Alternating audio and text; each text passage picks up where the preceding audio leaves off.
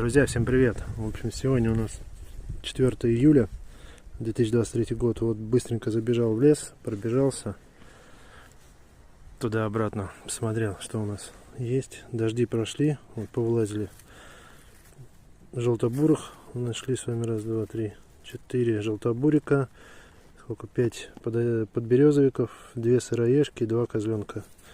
В общем, вот так вот. Небольшие, но грибные новости. Всем до встречи, всем полных корзин. Удачи и пока-пока.